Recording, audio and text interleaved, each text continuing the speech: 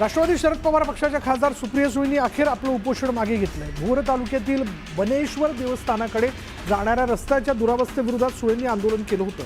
7 तासांनंतर सुळेंनी उपोषण मागे घेतलं। रस्त्याच्या कामावरून अजित पवारांनी सुप्रिया सुळेंना टोला लगावलाय। खासदारांना 5 कोटींचा निधी मिळतो, काम करायचं म्हटलं तर 1 मिनिटात करता आलं असतं, असा टोला अजितदादांनी लगावलाय। प्रशांत कोरटकरला जामीन मंजूर करण्यात आला। कोल्हापूरच्या जिल्हा व सत्र न्यायालयाकडून कोरटकरला दिलासा मिळाला।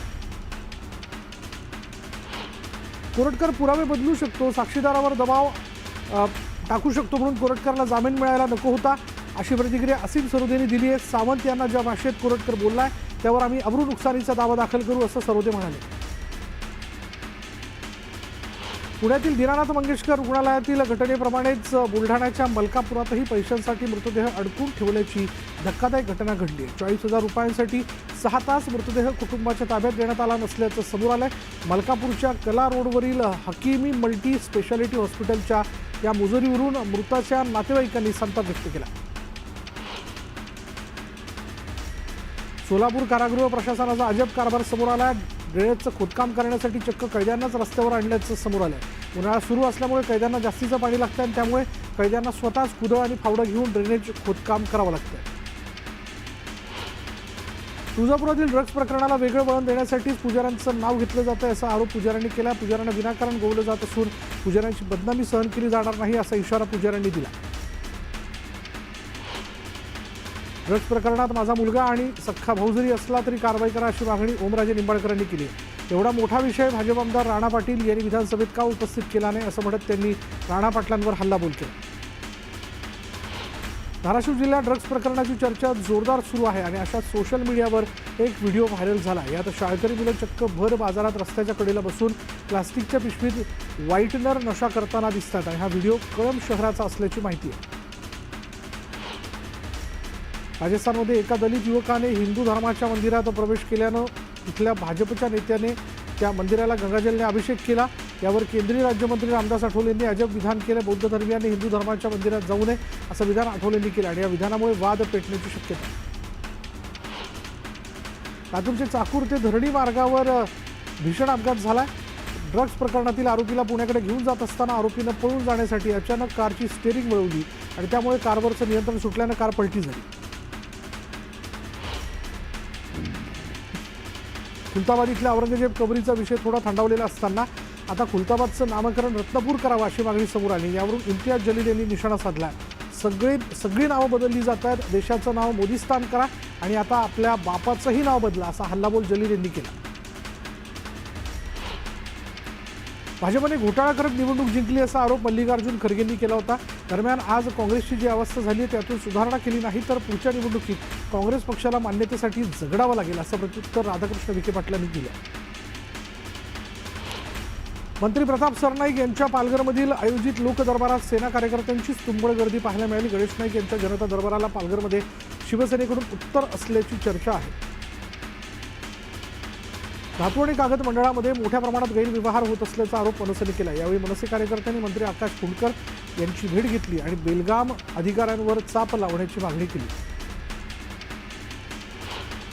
राज्यात परमिशन देण्यात आलेल्या बाईक राईड सर्व्हिसमध्ये भूमिपुत्रांना 80% घेण्यात यावं, अशी मागणी मनसेने केली। मनसेचे नेते आणि मुंबई अध्यक्ष संदीप देशपांडेंनी या संदर्भात परिवहन आयुक्तांची भेट घेतली।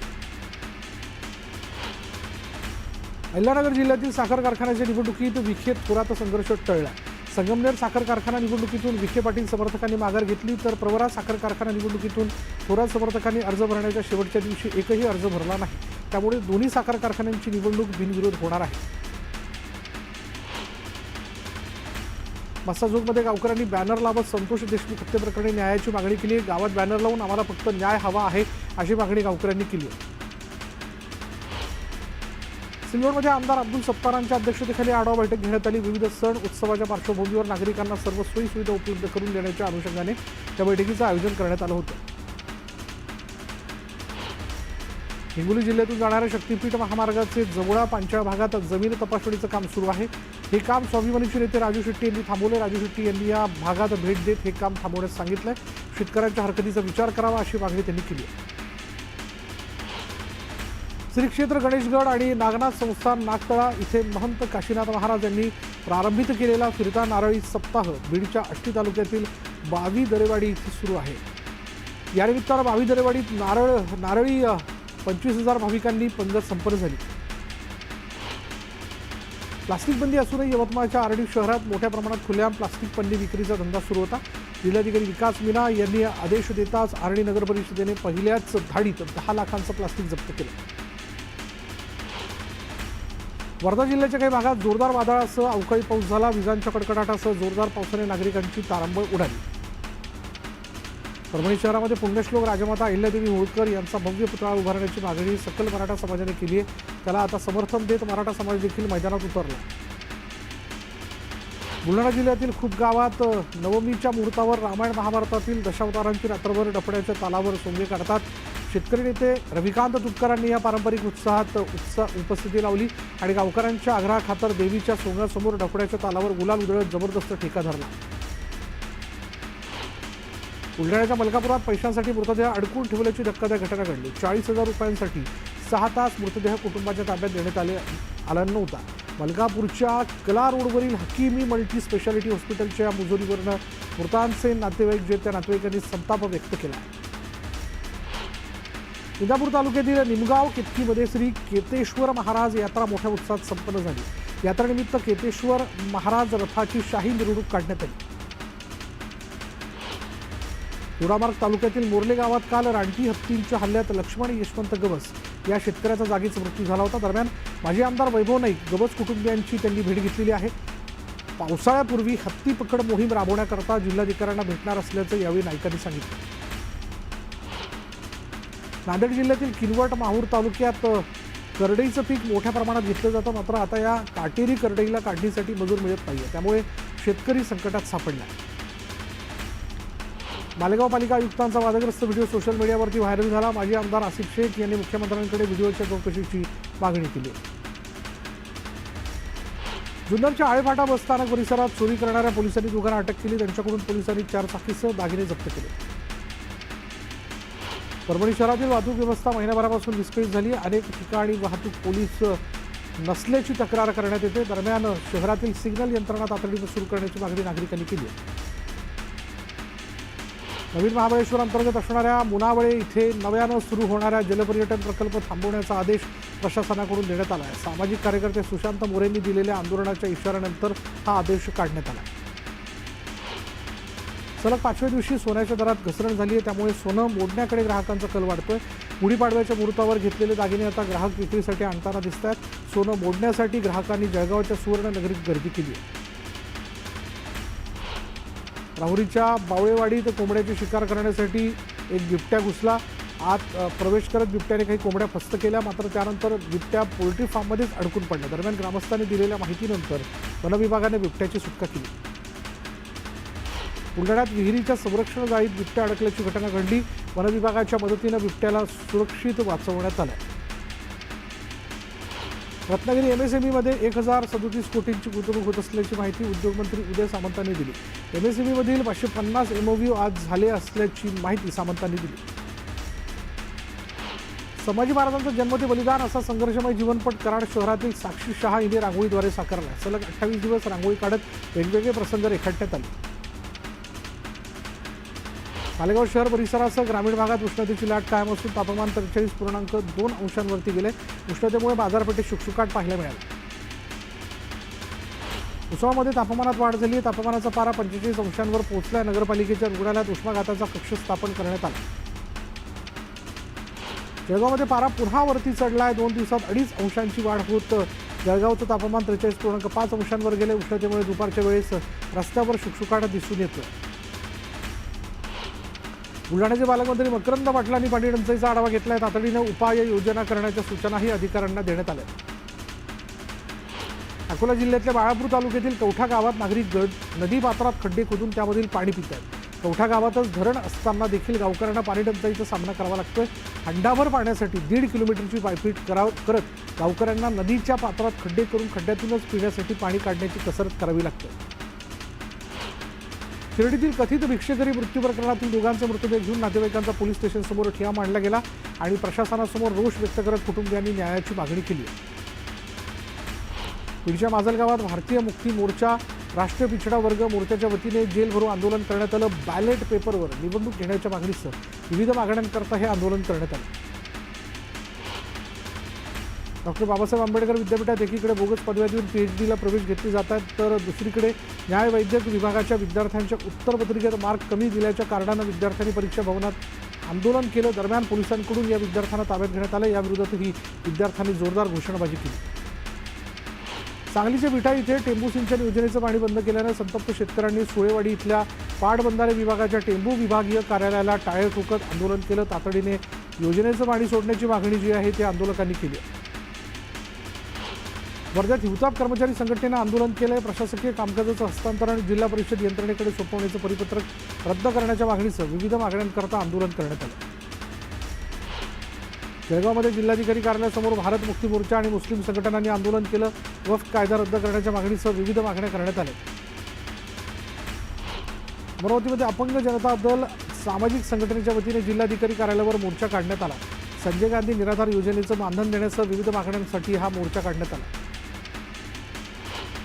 सिल्लोडमध्ये उपविभागीय अधिकारी कार्यालयासमोर शेतकऱ्यांनी आंदोलन केले. जालना ते जळगाव रेल्वे मार्गात शेतजमीन जात असल्यानं विरोध केलाय. दरम्यान उपविभागीय अधिकाऱ्यांना निवेदनही देण्यात आलं.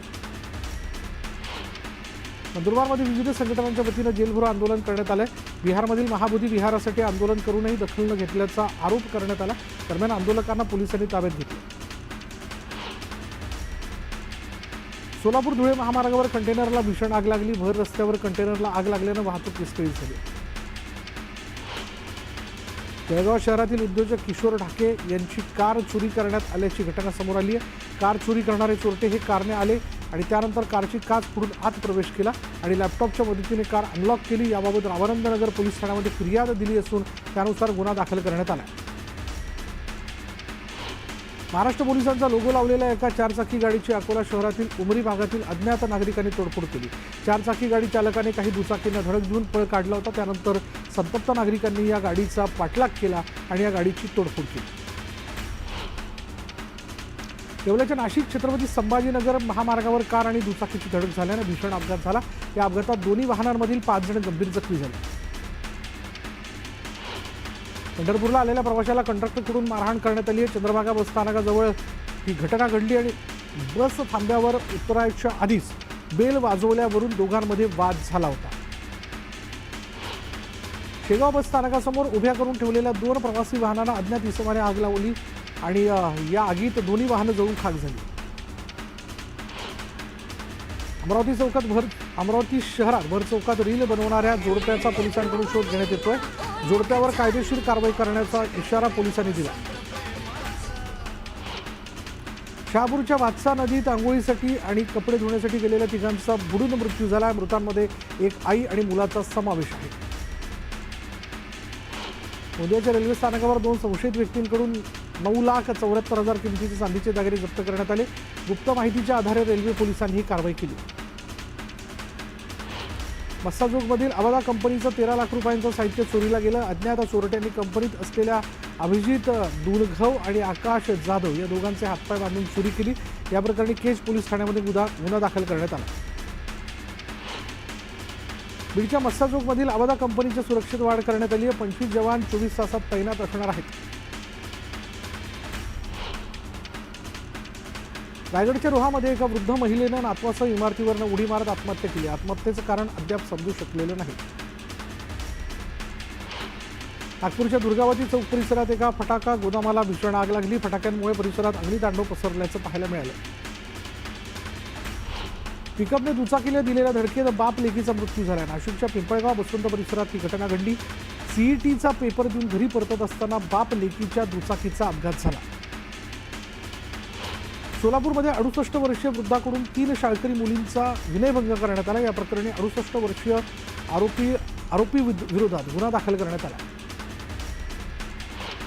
शिर्डीमध्ये वाळू तस्करांवर पोलिसांनी धडक कारवाई केली. यावेळी पोलिसांनी 4 जणांना ताब्यात घेत 55 लाखांचा मुद्देमाल जप्त केला. पुण्यातील नांदेड सिटी मारहाण प्रकरणात आता नवी माहिती आणि व्हिडिओ समोर आला. ज्या तरुणाला मारहाण करण्यात आली आधी त्याच तरुणानं एका वयस्कर सुरक्षा रक्षकाला शिवीगाळ करत मारहाण केल्याचा व्हिडिओ समोर आला. नांदेड सिटीमधील मधुवंती सोसायटीच्या गेटवर वाहनांवर स्टिकर लावण्याच्या मुद्द्यावरनं हा वाद झाला होता.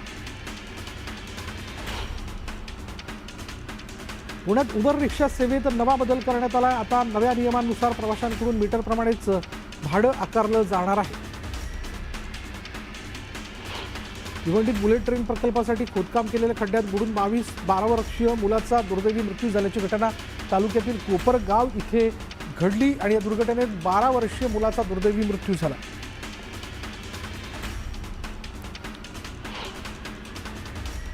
आता वेळ झाली की ब्रेकची.